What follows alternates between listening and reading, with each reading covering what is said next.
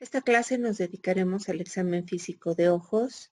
Es una clase ligeramente larga ya que existe mucha terminología que debemos revisar para este tipo de análisis clínico. Iniciemos con el examen de los párpados. Si bien hay que ver la movilidad de los párpados, sobre todo hay que ver las alteraciones de la posición.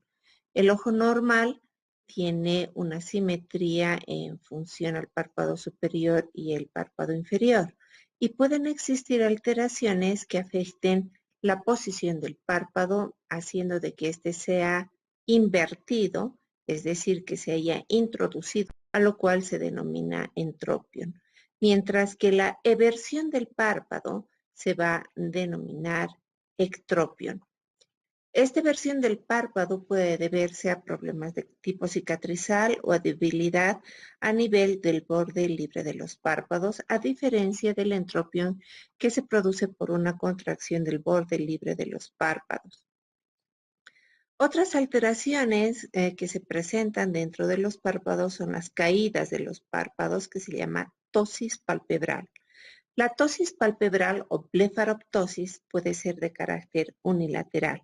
Generalmente las de carácter unilateral se deben a una parálisis del motor ocular común, a un síndrome que es el síndrome de Horner, o bien en algunos casos a algún tipo de migraña como es la migraña oftalmoplégica. También la ptosis palpebral puede ser de tipo bilateral y se presenta en casos de miastenia gravis, que es una enfermedad en la cual existe una alteración a nivel de la acetilcolina que genera la debilidad muscular, por lo cual los párpados no tienen la fuerza para elevarse y lo que se produce es la caída del mismo. Generalmente en la miastenia gravis también se presenta debilidad de otros grupos musculares. La blefaroptosis también puede ser de carácter congénito, puede ser uni o bilateral. También puede ser de tipo aponeurótico o mecánico. Me refiero al aponeurótico debido a lesiones cicatrizales que van a ir a producir la retracción del párpado y la caída del mismo. Y las mecánicas son aquellas producidas por origen traumático, que no son retracciones palpebrales propiamente dichas, sino más bien desplazamiento de los párpados producidos en algunos casos como en la oftalmopatía tiroidea, donde existe exoftalmos marcado. El exoftalmos mucho más evidente, aquel que da la impresión de que los ojos se van a salir, recibe el nombre de buftalmos u ojos de buey. En los párpados también hay pestañas y existen alteraciones en las pestañas. Así se denominará distriquiasis a la implantación de las pestañas en una hilera ajena a la implantación normal de las mismas, mientras que la triquiasis es la inversión de las pestañas que en vez de ir en dirección cóncava hacia afuera, van en dirección cóncava hacia el ojo. Alteraciones también que existen en los párpados, como la presencia de blefaritis, que es la inflamación misma del párpado, que se caracteriza por la existencia de legañas, no se llama lagañas, son legañas que pueden ser purulentas si es que el contenido es pus, pueden ser cerosas si solamente es un contenido inflamatorio. También pueden presentarse algunos quistes, como aquellos que se producen por lesiones en las glándulas de Moll, que son de localización externa, son blandos y no dolorosos. O lesiones en las glándulas de Seyss, que a diferencia de los de Moll, se van a ir a presentar de color amarillento, indurados, muy dolorosos. También debemos ver algunos trastornos de tipo inflamatorio, como el orzuelo, que es la presencia de una lesión y una masa quística de contenido purulento y enrojecimiento perilesional, que se presenta con mayor frecuencia a nivel de las glándulas de Seyss y se localiza con mayor frecuencia también en el párpado inferior. El orzuelo se diferencia del chalazion porque el chalazion es una masa dura, es un quiste indurado que se presenta en las glándulas de Moll, que no tiene enrojecimiento ni secreción purulenta. Tomemos en cuenta también algunos tumores palpebrales, como los antelasmas, que son placas que se localizan a nivel de los párpados y se presentan en pacientes que tienen niveles de colesterol elevado, a diferencia de la queratosis seborreica, que es propia de los ancianos y que se presenta como un engrosamiento progresivo de la piel secundario a hipersecreción grasa de la zona que se va acumulando y produce como una especie de lunares exuberantes endurecidos. No son malignos, simplemente tienen un aspecto estético que no es agradable y las más de las veces puede ser retirado con cirugías dermatológicas sencillas. Un proceso similar es el cuerno cutáneo, que es un crecimiento a manera de cuerno verdadero que se presenta por sobreposición de la capa córnea y da una imagen desagradable localizada en alguno de los párpados que a veces limita los movimientos. También tomar en cuenta la queratosis actínica, que son lesiones ulcerosas que se producen en pacientes que han sido sometidos a algún tipo de tratamiento oncológico por irradiación. Ahora hablaremos de los trastornos de la córnea. Los más frecuentes son el edema corneal, que se caracteriza por una lesión blanquecina que se extiende por toda la córnea y tiene antecedentes traumáticos en la mayor parte de las oportunidades y se asocia a dolor. La úlcera corneal, por supuesto, se presenta por antecedentes traumáticos, ingreso de cuerpos extraños y se presenta como una lesión irregular en función al tiempo que tiene su existencia, puede cambiar de color, es dolorosa y limita la visión. También existe la queratoconjuntivitis, que ya hemos hablado anteriormente, que es el engrosamiento de la córnea por un proceso inflamatorio de la conjuntiva vulvar o por procesos degenerativos del colágeno, como sucede en el síndrome de Sjögren, ya mencionado, y cuyo nombre es el de queratoconjuntivitis zika. Las alteraciones de la conjuntiva y la esclera nos muestran lesiones mucho menores. Vamos a hablar de la más frecuente, como es la epiescleritis, que es un enrojecimiento difuso a nivel de la esclera secundario a proceso inflamatorio escleral.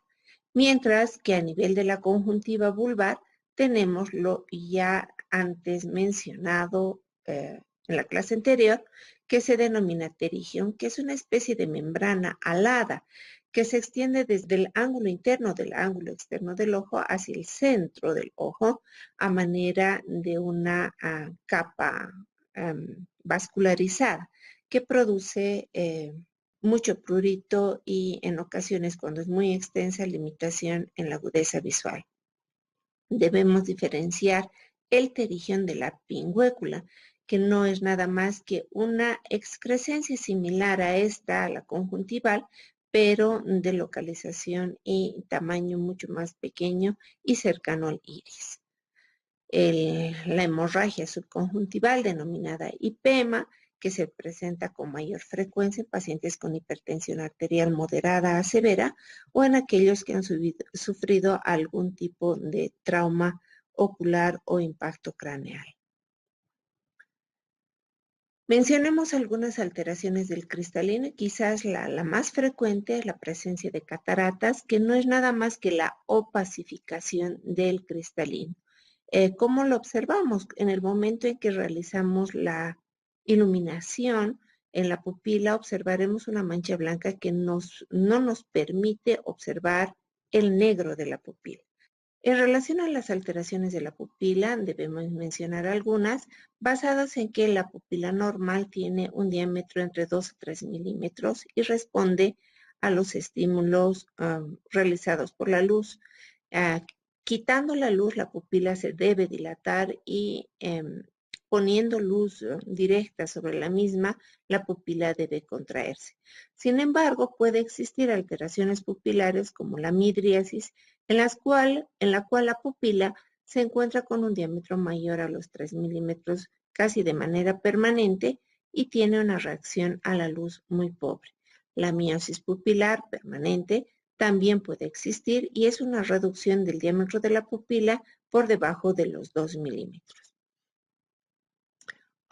Un tipo de pupila que puede ser encontrada es aquella que no mantiene la forma redondeada de la misma, sino es una alteración en el reborde de la pupila y recibe el nombre de discoria.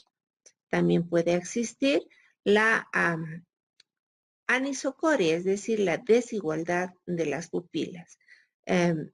Puede estar una miótica y la otra midriática, o una normal y la otra miótica y o midriática. Del mismo modo, pueden existir alteraciones pupilares donde se ven más de una pupila. Esto se llama policoria. Tomemos también en cuenta las alteraciones en los movimientos de los ojos. Es así que vamos a encontrar al estrabismo, denominándose estrabismo convergente a aquel en el cual un ojo se dirige hacia el centro. Es lo que regularmente llamamos personas viscas. El término semiológico es esotropía. Pero puede haber un tipo de estrabismo divergente donde el ojo se va hacia afuera y se llama exotropía. También puede haber un estrabismo en el cual el ojo se dirige hacia arriba y recibe el nombre de subvergente o hipertropía, mientras que si va hacia abajo recibe el nombre de hipotropía o sursubvergente. Alguna terminología clínica que se debe considerar al momento de hacer una anamnesis o describir la parte anamnésica en la historia clínica que se relaciona con la visión. Primero, diplopía. La diplopía es la visión doble. La visión doble se produce porque los ojos no enfocan simultáneamente el mismo objetivo. Generalmente la diplopía se presenta por alteraciones relacionadas al estrabismo o alteraciones musculares que generen la divergencia de del foco en el cual debemos enfocar la visión. Por el otro lado, también tenemos la ambliopía, el término de ambliopía, que se también relaciona a lo que se llama ojo flojo, o de lo contrario, ojos que tienen problemas de estrabismo, en el cual tampoco se fija la imagen claramente en uno de los ojos. El término maurosis se refiere a la ceguera, que generalmente es parcial, porque la ceguera total recibe el nombre de ceguera, existiendo también problemas de cegueras parciales, que se denominan anopsias. De este modo puede haber anopsia, hemianopsia. La hemianopsia es la alteración de la o ceguera de la mitad del ojo. Puede haber hemianopsias heterolaterales o hemianopsias contralaterales. También podría presentarse las cuadrantonopsias, que son solamente la ceguera en un cuadrante del ojo. Por lo tanto, puede haber hemianopsia del cuadrante superior, derecho, izquierdo, puede haber hemianopsias o cuadrantonopsias de un cuadrante en el inferior externo, etc.